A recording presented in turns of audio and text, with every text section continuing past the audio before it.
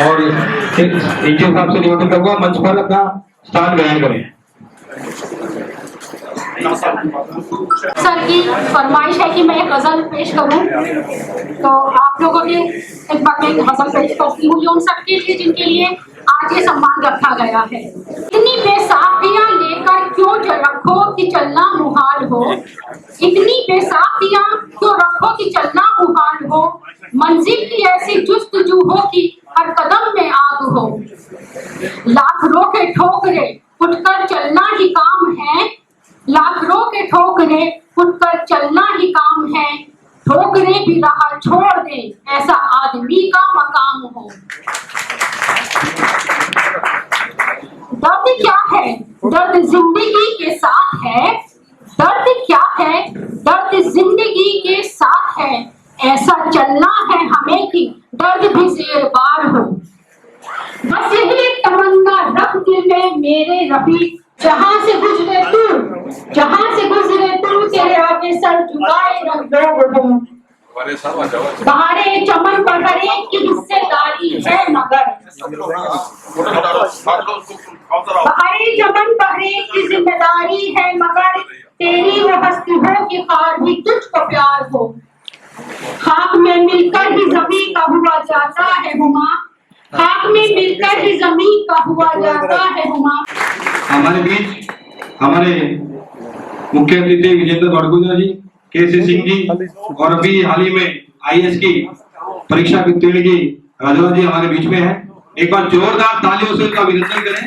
ये भी हमारे समाज की विभूतियां हैं और हमें सम्मान देना पड़ेगा। जिस प्रकार हमारे डॉक्टर्स हैं, इंजीनियर हैं, उसी प्रकार एक बहुत बड़ी परीक्षा है जो उन्होंने क्लियर की है राजवा जी ने। हमारे 5 बच्चे जो उत्तीर्ण हुए हैं, बहुत ही मतलब ऐसा लगता है कि हमने आसमान छू लिया। समाज को इन पर गर्व होना चाहिए। अब इनका टाइम था कि समाज के लिए क्या करेंगे, ये इन्हें देखना है।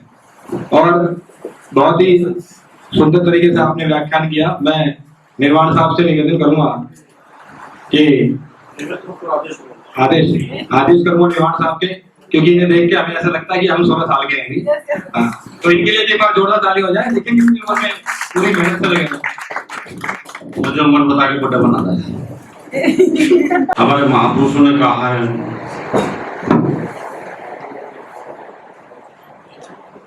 कि कोई भी कार्यक्रम करना है तो कोशिश करो समय से हो जाए। 2 बजे का टाइम था, 2:30 हो चुके हैं। हमारे अतिथि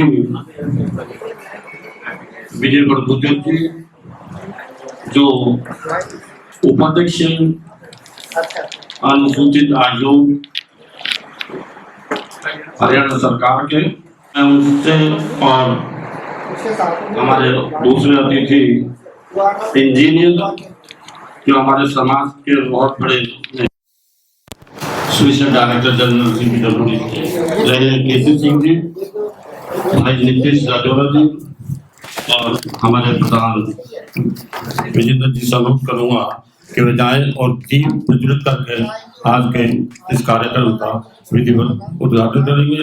अजय नावरिया जी से भी मेरा अनुरोध है कि साथ जाएंगे और बनते जी आप मेरा साथ जाइए। डॉक्टर रवि सोलंकी जी है और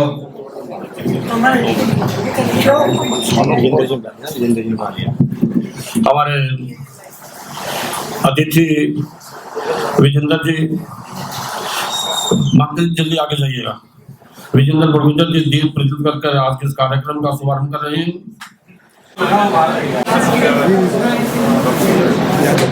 कीर्तन तक जी से कहूँगा कि जरा इधर ध्यान आकर्षित करें और एक आध कविता जब तक सुना दें, जब तक जरा कार्यक्रम आरंभ हो। कीर्तन तक जी, जोरदार तालियां। आई तो आई है बहार, आप आए तो आई है बहार, आपका स्वागतम बार बार, स्वागतम स्वागतम स्वागतम। आज मौसम खुशी का, समा प्यार का, हम सभी मिलकर करें स्वागतम आपका, स्वागतम स्वागतम स्वागतम। आप से चाहते हैं ये आशीष हम, आगे बढ़ते रहें ना रुके ये कदम। आप से चाहते हैं ये आशीष हम, आगे बढ़ते रहें ना रुके ये कदम। स्वागतम स्वागतम स्वागतम। आप आए तो आई है बहार, आप आए तो आई है बहार। आप सभी तालियां बजाकर उनका साथ दें। तब तक हमारी माचिस का इंतजार भी खत्म हो जाएगा। जी ऐसा रहेगा। स्वागतम स्वागतम। Thank you. हमारे बीच हमारे मुख्य अतिथि माननीय मुंशी रामपाल जी आ गए हैं। मैं निवेदन करूंगा सभी से खड़े होकर उनका अभिनंदन करें और तालियां बजाकर उनका स्वागत करें। हमारे बीच में मुंशी रामपाल पूर्व सांसद, हमारे समाज की शान और आन बान शान, जिनके कल रात को ही इनका फोन आया कि इतना शानदार कार्यक्रम हो रहा है और आपने मुझे याद नहीं किया। लगता है माती जी के चक्कर में नहीं मिल रही थी। मुझे रामपाल जी ने आना था तो इस वजह से शायद ये विलम्ब हो रहा था। आपको भी मिल जाएंगे आप। देखिए हमारे साथी कह रहे कोई नहीं, हम खड़े रहेंगे तो कह रहे जब आप मैं नहीं देख सकता तो आप कैसे देख सकते। बहुत बहुत धन्यवाद जी। ये बताता है कि कितना जोश और लगन है हमारे लोगों के बीच कि कोई भी बाधा हमारे जुनून को रोक नहीं सकती। कोई भी कड़ी ऐसी नहीं है जिसे जोड़कर हम आगे ना बढ़ें।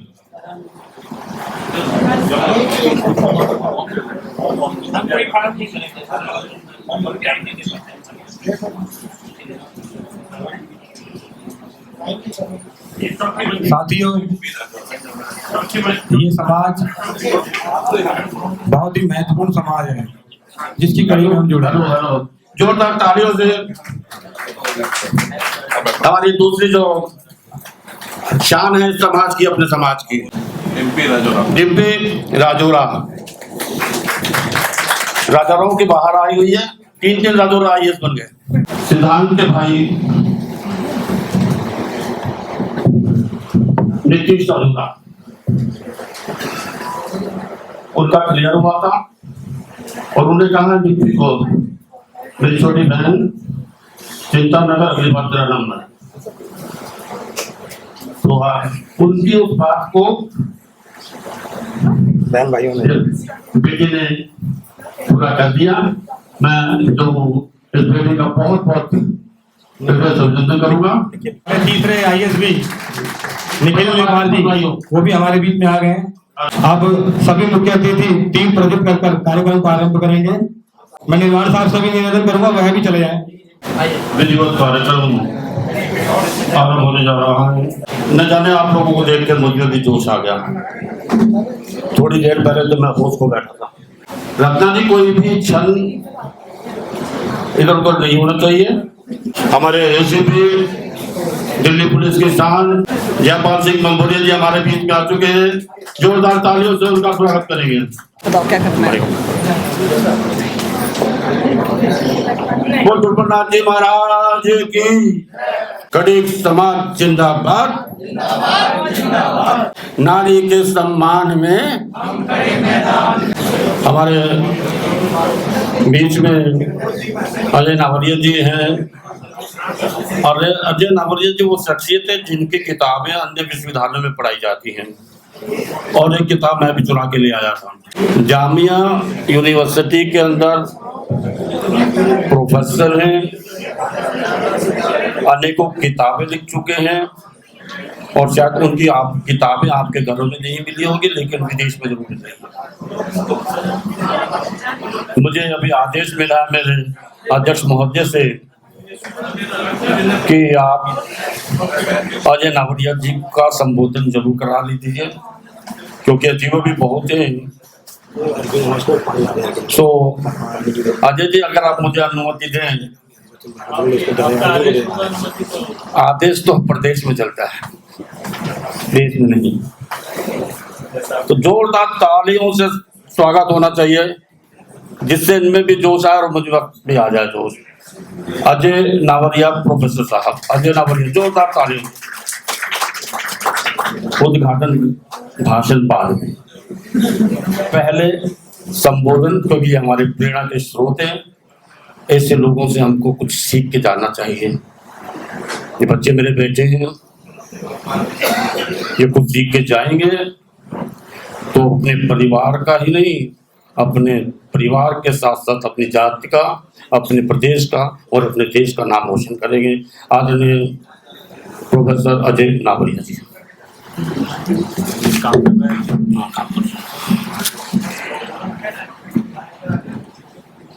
आदरणीय मंच, विजेंद्र बड़गुजर जी, मुंशी रामपाल जी, आदरणीय केसी सिंह जी,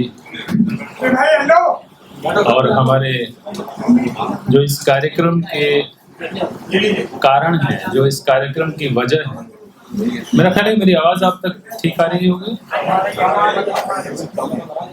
तो वो थोड़ी थोड़ी धीरे धीरे तेज हो जाएगी। अध्यापकों की आवाज ऐसे ही होती है, पहले धीमी चलती है, फिर थोड़ी लाउड होती जाती है। हमारे जो 3 युवा, जिन्हें मेरे मन में कहने का एक उत्साह है, कहूँ, और उसको मेरा ख्याल है उसी अर्थ में लिया जाएगा। ये 3 सिंह शावक, ये लॉयन कब, जो आज हमारे बीच में है, जिनकी वजह से ये सारा कार्यक्रम रखा गया है, मैं उनका भी बहुत प्रेम से अभिवादन करता हूँ, और मंचस्थ अतिथियों का, विशिष्ट अतिथियों का, सभी का बहुत अभिवादन करता हूँ। हाँ, मेरा ख्याल ये ठीक है, आवाज कम। अच्छा, ठीक है। सामने बैठे, अभी आवाज ठीक है? सामने बैठे जो हमारे वक्तागण हैं, सबने कहा कि आप 10 बजे मैं उतनी तैयारी से तो नहीं आया था कि मुझे आपने कहा था सिर्फ 10 मिनट बोलिए। प्रोफेसर नावरिया जी के लिए मैं एक बात कहना चाहता हूँ कि हम सबको इस बात का गर्व है कि हमारे समाज में इतने बड़े संगठन हैं जो अंतरराष्ट्रीय, जोरदार तालियां। और इनके लिए बहुत छोटी बात है ये करें कि मैं इस तरीके से तैयार नहीं गया। कभी भी रात को उठा के बोल दीजिए, ये सबको मोटिवेट करता है, मेरे जैसा प्रोफेसर कोई कर सकता। तैयारी की जरूरत नहीं पड़ती है, कहीं से भी कोई कुछ करना तो बोल सकता है। सामने बैठे सभी जो हमारे मुख्य वक्ता हैं, मैं उन सब का भी सादर अभिवादन करता हूँ। डॉक्टर साहब, प्रोफेसर सोलंकी जी ने, रवि सोलंकी जी ने अभी जिन शब्दों को कहा, उसके लिए मैं बहुत आभार प्रकट करता हूँ। मैं नहीं जानता कि मैं इस योग्य हूँ कि नहीं हूँ, मगर जब आप लोग कहते हैं तो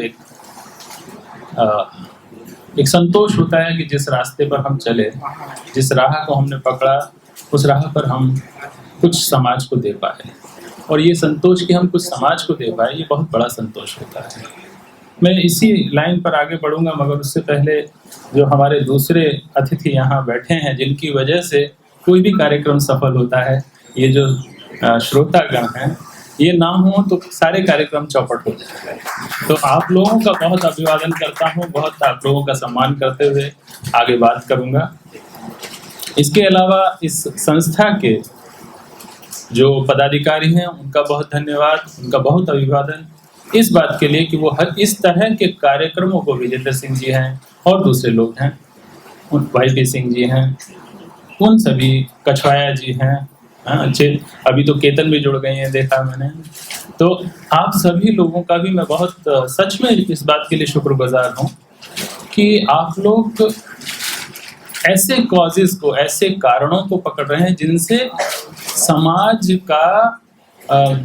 समाज के युवाओं का और समाज के उन वर्गों का जो थोड़ा पीछे रह गए हैं, भले ही वो आज हम जैसे खटीक समाज के बारे में बात कर रहे हैं, तो उस समाज के जो लोग पीछे रह गए उनमें एक प्रेरणा का भाव पैदा होता है, उनमें एक उत्साह का भाव पैदा होता है कि हम भी कुछ कर सकते हैं। तो जब आज 3 युवा बैठे हैं, कोई दिन ऐसा भी आ सकता है, वो बहुत दूर नहीं होगा दिन, जब ये 30 युवक युवतियां युवा बैठे होंगे यहाँ और हम उनके लिए वो सम्मान कर रहे होंगे, तो बहुत खुशी का दिन। आ गए, चलिए बहुत अच्छी बात है, आने दीजिए, मैं चुप हो जाता हूँ। नहीं उनका स्वागत हमारे बीच हमारे आज मुख्य अतिथि आप करिए स्वागत। हमारे बीच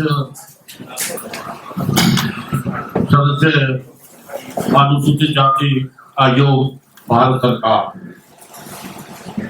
जब से ये आए इन्होंने एक ऐसा कार्यक्रम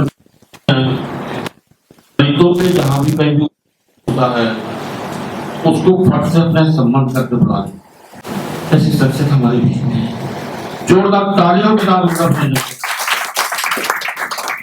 सर अध्यक्ष महोदय हमारे प्रोफेसर अजय नवरिया जी जामिया यूनिवर्सिटी से हैं, देश में नहीं प्रदेश में इनका सुनने के लोग वालियत होते हैं। तो हमारे की चाहत थी कि जब तक आए इनका अभिभाषण चालू करें, और इनकी चाहत ये थी कि जब आप आ जाए तो मैं चालू करूं। आप आ गए और धन्यवाद अजय नावरे जी, अपने कंटिन्यू रखेंगे। ये धन्यवाद आपका निर्वाण जी। ये मुझे पता नहीं क्यों वैसे प्रसंग तो है, मगर तुलसीदास जी की एक पंक्ति याद आ रही है, जिनके जिनके सत्य स्नेह ताव मिले है न कछु संदेह। तो आपने जैसा कहा कि मैं सोच तो यही रहा था कि मुख्य अतिथि आ जाएं उसके बाद मैं कुछ बोलूं, और शायद वो चाहत पहुंच गई और आप आ गए, और मैं अब आपके साथ आपका बहुत बहुत अभिवादन करता हूं। सुभाष रामनाथ पारदी जी माननीय सदस्य हैं राष्ट्रीय अनुसूचित आयोग के, आपका बहुत धन्यवाद, आप आए और हम लोगों को आशीर्वाद दे रहे हैं यहाँ आज। मैं बात पर आता हूँ क्योंकि बहुत लंबा समय नहीं है अब हमारे पास बात करने के लिए। देखिए, हमें सबसे पहले किसी भी समाज को, मेरे जो 3 युवा लोग हैं उनको ध्यान में रखकर मैं कुछ बातें कह रहा हूँ। किसी भी समाज को समझने के लिए हमें समझना होता है उसकी सोशल रियलिटी को। सोशल रियलिटी का मतलब है सामाजिक यथार्थ क्या है। जब हम सामाजिक यथार्थ को समझ लेते हैं तो हम ये भी समझ लेते हैं कि सामाजिक यथार्थ में से ही समस्या पैदा होती है। समस्या बाहर से नहीं होती है, समस्या उसी सामाजिक यथार्थ में से पैदा होती है। और जब हम ये समझ लेते हैं कि समस्या यथार्थ में से पैदा हो रही है, तो हम ये भी समझ लेते हैं कि उसी समस्या में से उसका समाधान निकलेगा। ये मैं आप लोगों के लिए विशेष रूप से इसलिए कह रहा हूँ कि अभी आप ट्रेनिंग पर नहीं गए हैं, अभी आप लॉइन कब हैं, मगर जब ट्रेनिंग कर चुके होंगे आप शेयर हो जाएंगे, तब हमें बोलने की जरूरत नहीं पड़ेगी। आप हमें बहुत सारी चीज़ें आप हमें अपडेट कर सकते हैं। तो जो समस्या है, जब आप उसको समझ लेते हैं कि हमारे देश की जो यथार्थ है वो है जाति का यथार्थ। आज आप यहाँ आमंत्रित हुए हैं, उसके पीछे भी जो वजह है वो जाति है।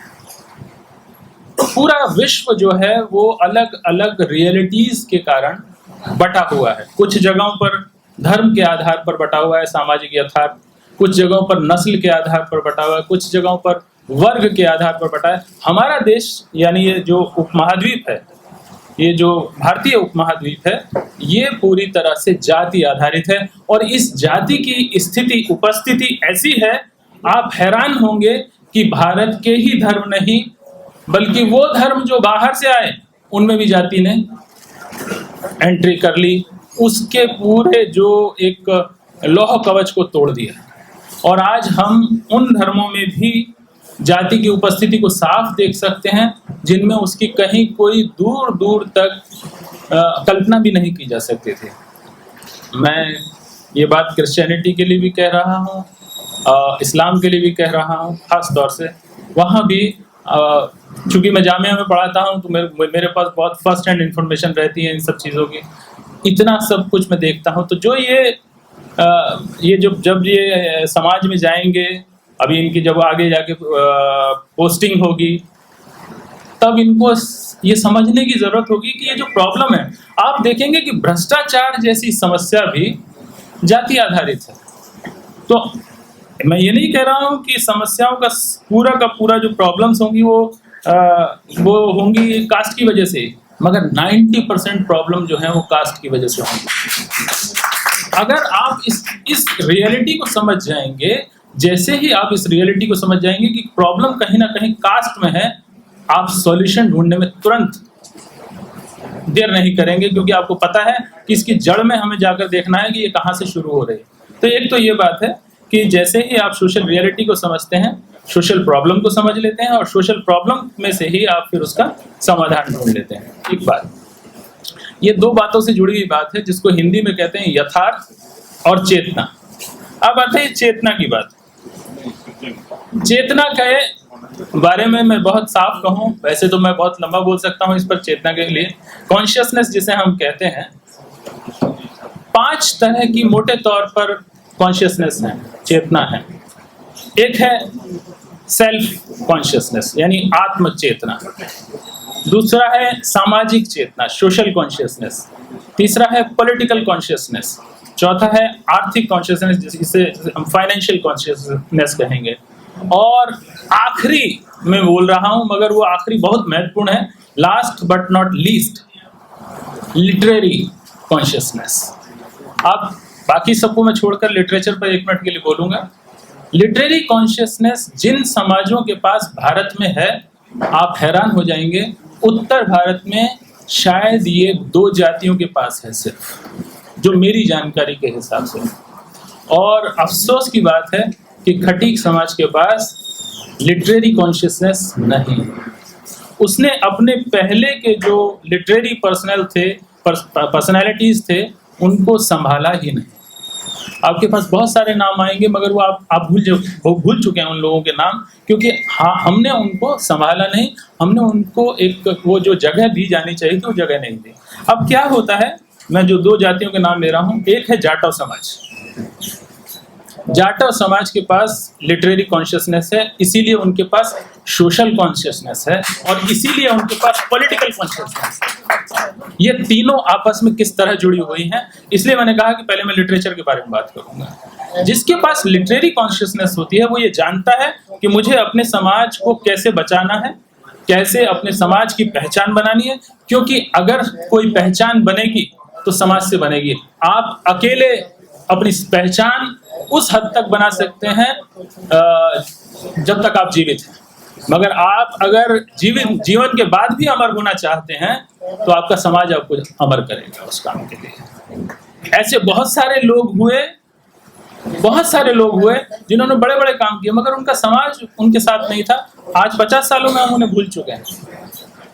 तो ये जो एक तो मैंने कहा कि जैसा कहा कि जाटव समाज के पास है, हाँ सोशल कॉन्शियस, लिटरेरी कॉन्शियसनेस जो है, आपको ये समझना होगा अगर लिटरेरी कॉन्शियसनेस दूसरे किसी समाज में है, आप वो बहुत अच्छे से जानते हैं वो दूसरा समाज कौन है, और मैं कह रहा हूँ मुझे उसमें कोई खुशी है मुझे इस बात की कि वो इतने कॉन्शियस हैं, इतने जागरूक हैं, इतने अवेयर हैं, वो है ब्राह्मण समाज। सिर्फ ब्राह्मण समाज के पास सबसे अधिक लिटरेरी कॉन्शियसनेस है। अगर आप ब्राह्मण समाज अगर रूल कर रहा है, सोसाइटी को लीड कर रहा है, तो उसकी बड़ी वजह यह है कि उसके पास वेद हैं, पुराण हैं, उपनिषद हैं। जब हम ये देखते हैं कि ये धर्मशास्त्र किसने लिखे हैं तो आप पाते हैं कि ये सब तो ब्राह्मणों के हैं। आपका कौन सा लिखा हुआ उपन्यास है? हालांकि इस विषय में मैं एक बात और जोड़ देना चाहता हूँ, आप लोगों को कोशिश करनी है आगे जाके, आप लोगों को नहीं, जो एकेडमिक्स के लोग हैं उन लोगों को कोशिश करनी चाहिए कि हमें ये देखना चाहिए शुरू में क्या था। मैं इसलिए बोल रहा हूँ ये बात क्योंकि मैं लगभग 12-14 साल हिंदू धर्मशास्त्र पढ़ा चुका हूँ जामिया में। मैं पहला दलित समाज का व्यक्ति रहा जिसने पूरे देश में हमारे जिसने हिंदू धर्मशास्त्र पढ़ाया। तो चूंकि पढ़ाया इसलिए मुझे पढ़ना भी पड़ा। तो इसमें मेरा कोई बहुत बड़ा काम नहीं है, जितना बड़ा काम बाबा साहब अम्बेडकर का है। आप अगर जब उनको पढ़ते हैं तो आपके एक एक करके जैसे जाले साफ होने लगते हैं और आपको साफ दिखाई देने लगता है, साफ सुनाई देने लगता है। ये जो 3 हमारे वेद हैं, उनको वेद त्रयी कहा जाता था। वेद त्रयी का मतलब 3 वेद। तो सबसे पहले ऋग्वेद, फिर यजुर्वेद, फिर सामवेद, ये क्रम है। सामवेद तीसरे नंबर पर है और चौथे नंबर पर आता है अथर्ववेद। मैं अथर्ववेद के बारे में आपको दो बात बता दूं। अथर्वा नाम के ऋषि के उस पर ये इसका नाम अथर्ववेद रखा गया, मगर अथर्ववेद के अंदर वो सब चीजें नहीं थी जो किसी वेद को वेद बनाने के लिए जरूरी होती है। इसलिए ब्राह्मणों ने उसको लंबे समय तक वेदों में शामिल नहीं किया। इसकी एक बड़ी वजह यह है कि उसमें चिकित्सा, जादू, टोने और तमाम तरह की जो हमारे सामाजिक जीवन में चीजें चलती थी, उन सबको भी शामिल किया गया था। तो जो चौथा वेद है, ये बहुत बाद में स्वीकार किया गया। 3 ही वेद थे, बताना है? ठीक है, आप बोलिए। तो ये 3 ही वेद थे। एक दूसरी चीज अगर आप देखेंगे पुराणों में 2 डिवीजन हैं। एक है वैष्णव पुराण है, जिसमें विष्णु से संबंधित है। डॉक्टर साहब आपकी तरफ देख रहा हूँ। एक विष्णु से संबंधित है और दूसरे शिव से संबंधित है, और आप पाएंगे कि वो दोनों एक दूसरे के भयानक विरोध में हैं। एक वर्ण व्यवस्था का समर्थन करने वाले हैं और दूसरा वर्ण व्यवस्था को न मानने वाले हैं। तो ये जैसे ही ज्ञान की परंपरा को आप ठीक से जानने लगते हैं तो आप एक नई चीज समाज के सामने दे पाते हैं।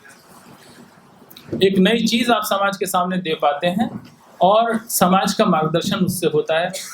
आप तीनों के लिए जो मेरे मन में ये बात थी, जो मैंने शुरू में कही, कि जब आप सर्विस में जाएंगे तो आपके सामने ऐसी कई स्थितियां होंगी, मगर अगर आपको पहले से अपना कर्तव्य, अपना धर्म, मैं धर्म कह रहा हूं पहले ही स्पष्ट कर दूं कि मैं धर्म क्यों कह रहा हूं, आप लोग कहीं अन्यथा ना लें। सभी लोग, गीता के 9वें अध्याय में ये बात आती है, जब वो अर्जुन को समझा रहे हैं तो उसमें एक पंक्ति वो कहते हैं, स्वधर्मे निधनम श्रेया, स्वधर्मे निधनम श्रेया परधर्मो भयावह। अब इसका मतलब ये है कि हम जो इतने सारे लोग बैठे हैं, लगभग इसमें से मैं मान के चल रहा हूँ 95% एक ही जाति के लोग होंगे, 5% कुछ और दूसरे जातियों के और दूसरे वर्गों के लोग भी होंगे। मैं 5% मान रहा हूँ। सभी पढ़े लिखे हैं, स्त्री हो पुरुष हो, सभी पढ़े लिखे हैं, ज्यादातर पढ़े लिखे हैं, मगर स्वभाव सबका अलग है। एक चीज जो सबको अलग, जो साइकोलॉजी में आप लोगों ने पढ़ा होगा, खासतौर से नवयुवकों ने, नवयुवतियों ने, इंडिविजुअल डिफरेंस, जो स्वभाव है। स्वभाव शब्द क्या है, इसको 1 मिनट में समझ लीजिए। स्व माने होता है अपना, भाव माने भाव, भाव शब्द बना है भव से, यानी होना। हम जैसे पैदा हुए वो हमारा स्वभाव है।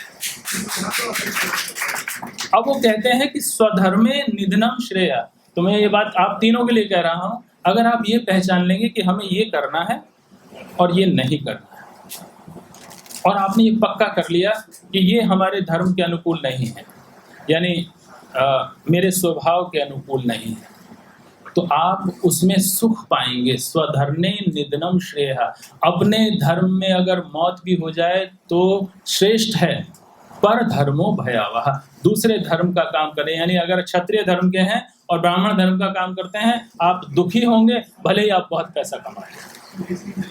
आप अगर क्षत्रिय धर्म का, मैं गीता की बात कर रहा हूँ, यहाँ क्षत्रिय ब्राह्मण मैं आपके स्वभाव की बात कर रहा हूँ। आप देखिए कि आपका स्वभाव अगर पढ़ने लिखने वाला है तो आपको उसी हिसाब से अपना आगे चयन करना होगा, चुनाव करना होगा कि मेरे लिए अगर ये डिपार्टमेंट है तो मैं किस डिपार्टमेंट में ज़्यादा कंफर्टेबल रहूँगा। ये सब चीज़ें जैसे ही आप पहचान जाएंगे अपने स्वभाव को, आगे आपके साथ आपके निर्णय लेने में आपको बहुत सुविधा होने वाली है।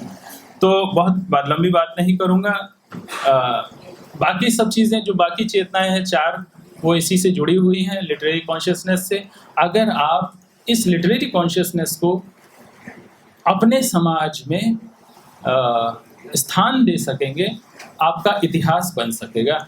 अफसोस की बात है कि आज भी हमारा खटीक समाज, कभी कह रहे हैं कुछ लोग विद्वान लोग हमारे समाज के, मैं बहुत पढ़ता रहता था उन लोगों को, फिर मैंने आखिर में आके सब बंद किया कि हम ठाकुर थे, राजपूत थे, क्षत्रिय थे, ओके मान लिया।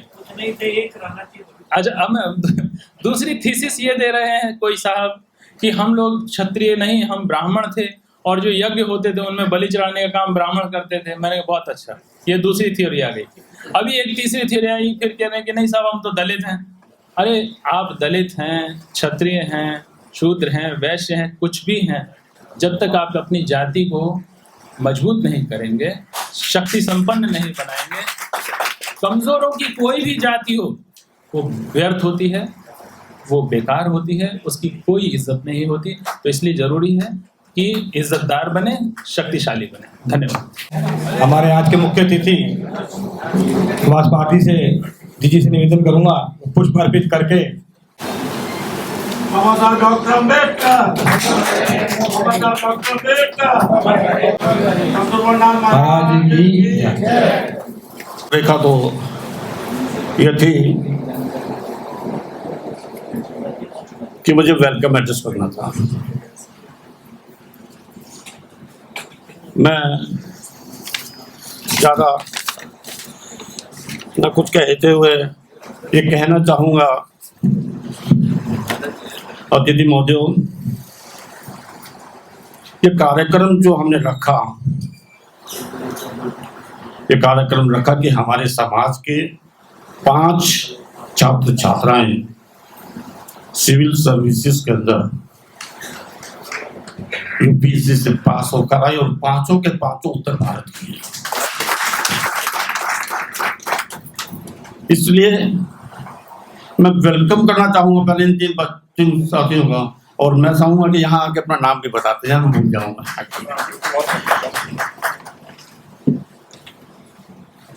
नमस्कार, मेरा नाम डिम्पी राजौरा है और मैंने सिविल सर्विसेज में 8 to 9 रैंक हासिल की है। जोरदार तालियां। हमारी शुभकामनाएं हैं, अगली बार आप दोबारा जाएं तो फर्स्ट 10 के अंदर आ जाएं। मेरी कोशिश थी, आज मैं ये कह रहे नाम बता रहे हैं, मुझे नाम बता, लेकिन मैं वो अपने आप ही आके बताएंगे। मैं कहा पवार हूँ, कहता नहीं मैं निखिल हूँ, तो भाई निखिल कुमार पवार। नमस्कार, स्टेज पे बैठे अतिथिगण और खटीक समाज के मेरे सीनियर्स और मेरे प्यारे भाइयों बहनों, मुझे यहाँ पे बुलाने के लिए बहुत बहुत धन्यवाद। और मुझे बहुत अच्छा लग रहा है कि यहाँ पे सभी लोग इकट्ठा हुए। मेरा नाम निखिल कुमार है और मैंने यूपीएससी सिविल सर्विसेज 2022 में 868 रैंक हासिल करी है। मैं गाजियाबाद से हूँ। मेरे पिताजी अशोक कुमार हैं जो बीएसएनएल में वर्क करते हैं। मैंने इंजीनियरिंग करी है अपनी बीटेक इन कंप्यूटर साइंस 2011 में, और 2013 में मैंने एमटेक आईआईएससी बैंगलोर से करा है। और मैं 10 साल से power grid corporation of India limited में कार्यरत हूँ। So it's been a long time, but मैंने लेटर स्टेज में सोचा कि सिविल सर्विसेज देते हैं, तो जब सोचो तभी हम बन सकते हैं जो हम चाहें। तो thank you so much, thank you for inviting me. पिछले 25 या 30 सालों से आईएएस के अंदर दिल्ली से कोई नहीं जा रहा था, तो करोल बाग से राजौरा ने कसम खा दी कि हम जाएंगे। 5 साल पहले मुकेश राजौरा आने वाले हैं, जो आज तिहाड़ जेल के अंदर बंद नहीं है, बंद लोगों को सुधारते हैं। उनके जो छोटे भाई थे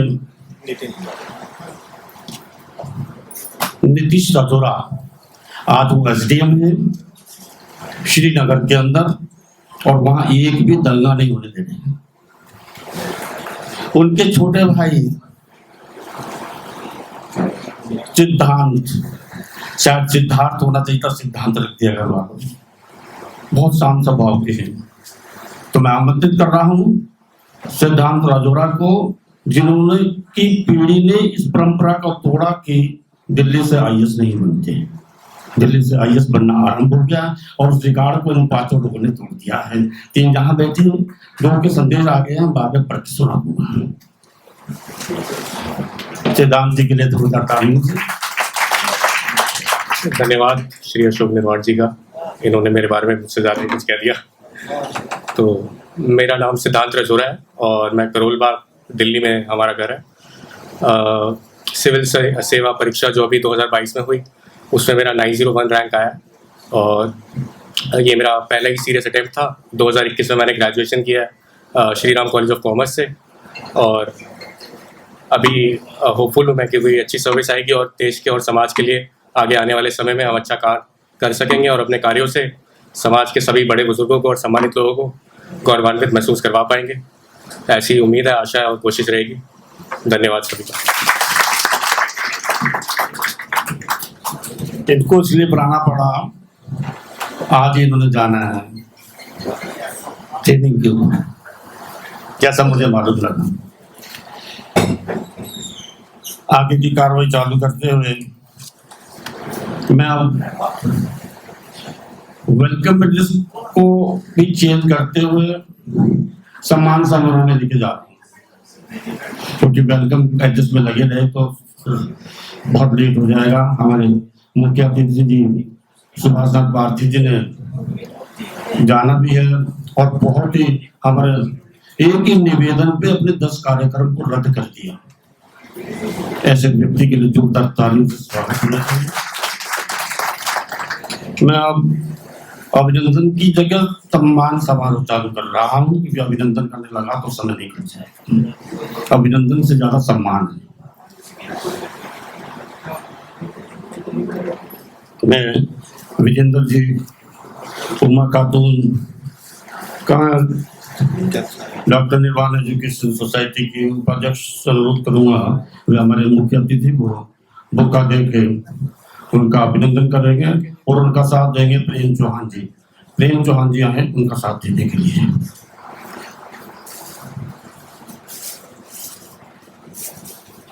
मेरे स्वागत से विनती के सभी लोग तैयार रहे और रत्ना जी ऐसा फैला देना कि लगे कि मेरी जात में भी दम है। सुभाष नाथ भारती जी का वेलकम करेंगे उमा खातून जो उपाध्यक्ष हैं डॉक्टर निर्वाण एजुकेशन फाउंडेशन के, और साथ में उनको स्मृति चिन्ह भेंट करेंगे हमारे अध्यक्ष प्रिंस और विजेंद्र जी। जोरदार तालियां भी बजती रहे साथियों। आजकल ये स्मृति चिन्ह का महत्व कम होता जा रहा है और मेडलों का ज्यादा हो रहा है, तो मेडल बना रहे हैं हमारे प्रेम चौहान जी। बहुत बहुत धन्यवाद। मेरा सौभाग्य है जिस व्यक्ति ने मुझे और मेरी पत्नी को संभाला। एक दिन ऐसा आया था, समाज का कार्य करते करते हम थक गए थे और सोचा कि छोड़ दो, तो ऐसा व्यक्ति हमारे बीच में अभी मौजूद है, मुंशी राम पाल जी। उन्होंने आपको आके समझाया कि हार नहीं माननी, एक दिन जीतोगे। तो आज मैं आपके सामने खड़ा हूँ। मुंशी राम पाल जी का स्वागत करेंगे।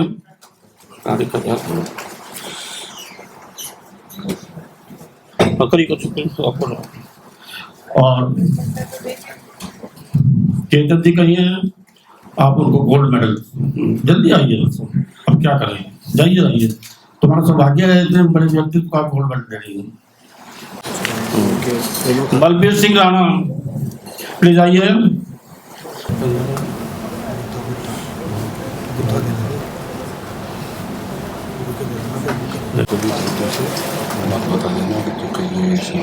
धन्यवाद सर। मैं अब निमंत्रण कर रहा हूँ राजेश महेंद्र जी के वहाँ आए, क्योंकि मेरा गला सूख गया है, मैं थोड़ा पानी पी जाऊँगा। धन्यवाद साहब। विजेंद्र बड़गुर्जू जी जो हमारे आज के विशिष्ट अतिथि हैं, उनका स्वागत कुसुम सबलानिया जी, भूखे देगे, बुद्धसेन वर्मा जी,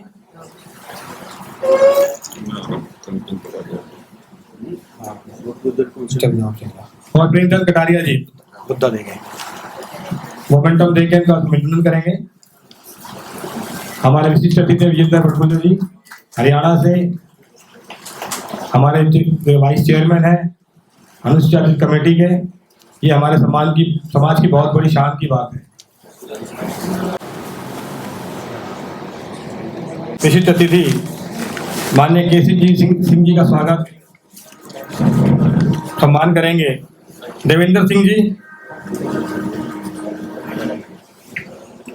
विजया जी,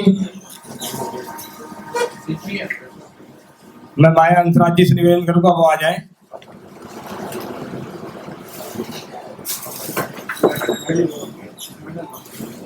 मेडल बुके और मेडल ले लीजिए।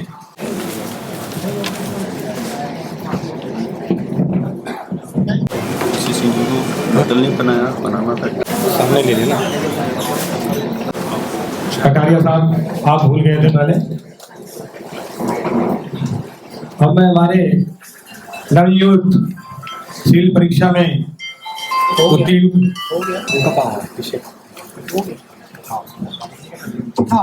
डिम्पी राजौरा, तो उनका अभिनंदन। पहले मैं डिम्पी राजौरा जी से निवेदन करूंगा और मंच पर आगे आ जाएं। शील्ड चीफ गेस्ट हमारे पारदे जी, विजेंद्र सिंह जी और मुंशी रामदास जी से निवेदन करूंगा आप तीनों हमारे अतिथि हमारे अचीवर्स को सम्मानित करेंगे। घनश्याम जाव जी एक मेडल दे देंगे, साथ में हमारे अध्यक्ष विजेंद्र सिंह जी भूखा दे देंगे। मैं निर्वाण साहब से भी निवेदन करूंगा कि वो जरा आप आगे आ जाए प्लीज, क्योंकि आज की जो रूपरेखा को तैयार करने में आपका बहुत योगदान है और हमें आप जैसे जवानों की बहुत आवश्यकता पड़ती है, तभी हमारी ऊर्जा चालू रहती है।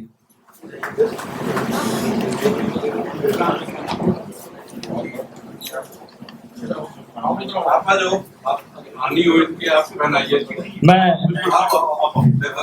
डिम्पी जी की नानी जी से निवेदन करूंगा वो मंच पर आ जाए, क्योंकि हमारे आदरणीय हमारे माता पिता हैं और उनका हमारे साथ रहना बहुत खुशी की बात है। ये बहुत ही सम्मानित क्षण होते हैं जब हमारे अपने गार्जियन हमारे बीच में हो।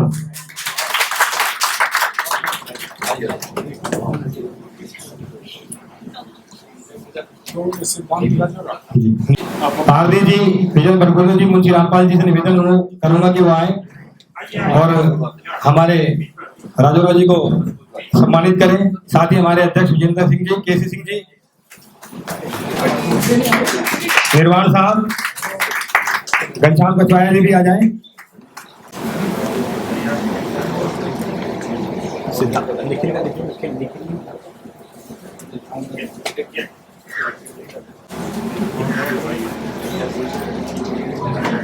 सिद्धांत राजौरा जी मंच पर आगे आ जाएं और हमारे अतिथियों से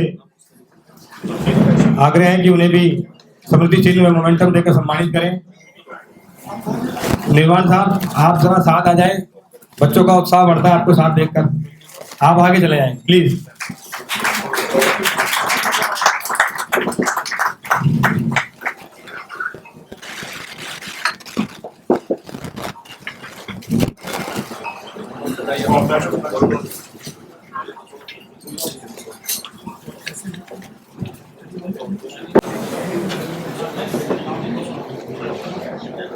अब मैं निखिल कुमार जी को आमंत्रित करूंगा। हमारे मुख्य अतिथि मोमेंटम व मेडल पहनाकर उनका अभिनंदन करेंगे। वीपी सिंह जी भी आ जाएं। वीपी सिंह जी जहां भी है मंच पर आ जाएं, बुके देकर स्वागत करें वीपी सिंह जी।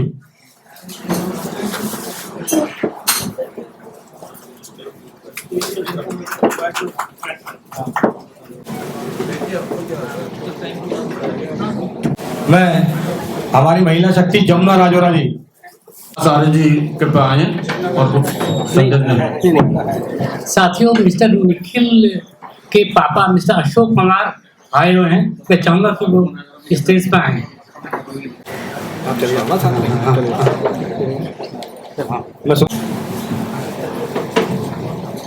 कुमार पारदी जी, विजेंद्र प्रभु जी, मुंशी रामपाल जी, सभी हमारे अचीवर्स का सम्मान करेंगे जमुना राउतराज जी। हमने एक और निर्णय लिया था कि जो हमारे गेस्ट है, जो हमारे प्रेरणा के स्रोत हैं, उनको सम्मानित करने का मुख्य अतिथि के द्वारा निर्णय लिया गया था। सो मैं पहले चाहूंगा प्रोफेसर अजय नावरिया जी आए, अजय नावरिया जी की ट्रॉफी निकालिएगा। भरत जी हमारे बीच में, जिनके 2 बच्चे IAS बने, 2 बच्चे 3 साल के अंदर, और उससे 2 साल पहले मैंने बताया था जो जीत स्थान दिल्ली में था कि IAS नहीं बने, जिसको देखो प्रोफेसर बनना है, जिसको देखो इंजीनियर बनना है, और अंत में कहेगा कुछ नहीं मिलता, चलो स्वीपर बन जाओ। लेकिन उस IAS बनने की जो श्रृंखला चालू की थी वो मुकेश राजौरा जी ने की थी। आपको अभिनंदन। बोले वो हम तो अपनी पीढ़ी की बात करेंगे।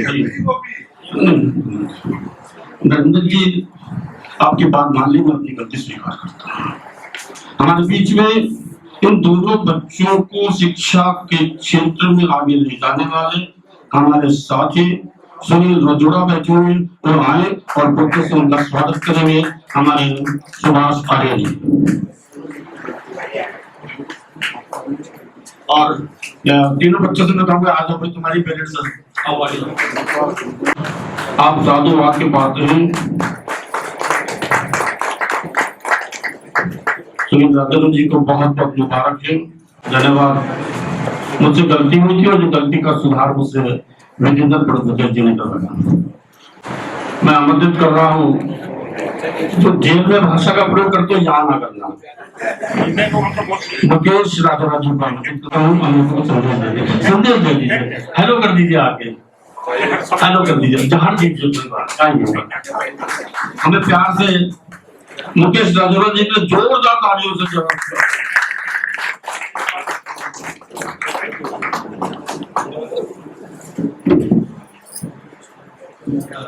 Member national commission for scheduled caste sir, मेरे सभी वरिष्ठ परिवारजन, मेरे सभी समाज के मेरे बड़े,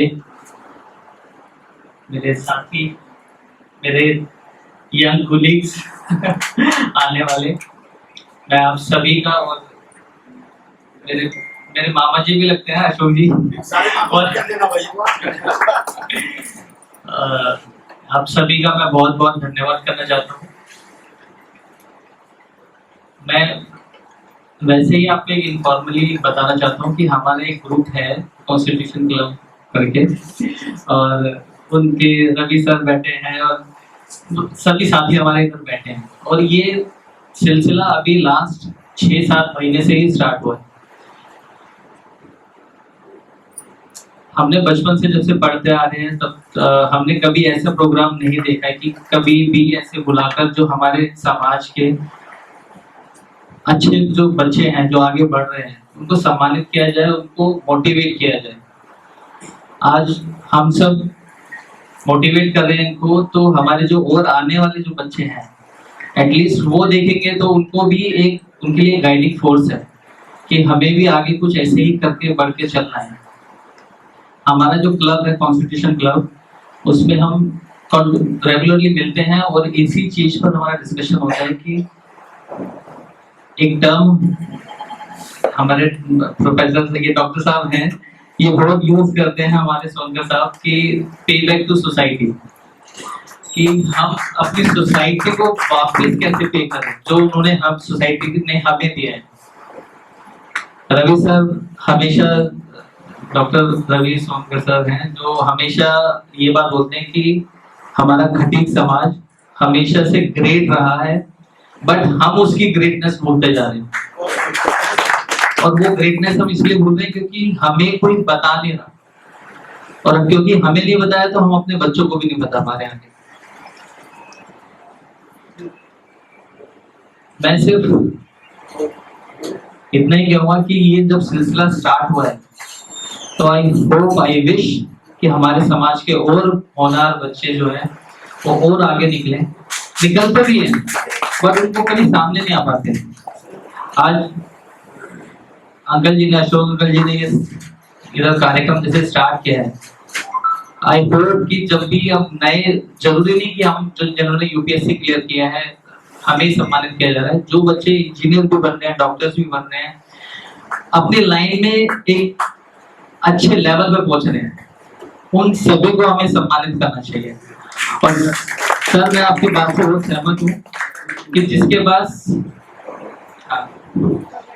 मुकेश जी जो आप कह रहे हैं वो हम कर रहे हैं, इसके बाद बहुत कार्यक्रम चालू है। सर बहुत बहुत धन्यवाद अंकल जी।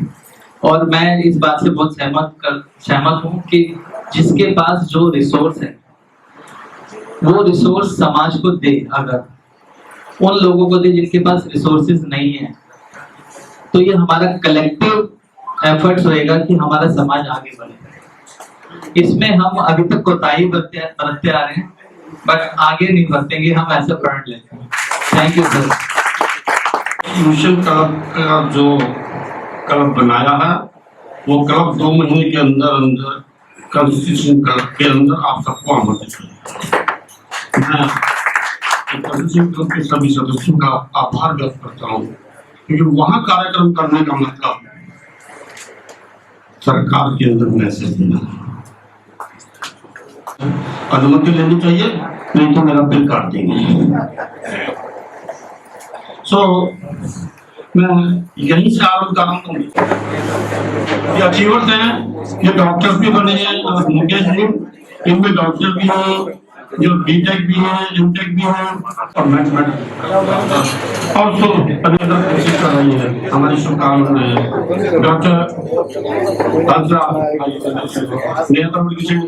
हमारे चैनल बहुजन दस्तक को लाइक, शेयर, सब्सक्राइब देखना मत भूलिएगा। जय भीम, जय भारत, जय संविधान, नमो बुद्धाय। धन्यवाद। चैनल आर्थिक समस्या से गुजर रहा है।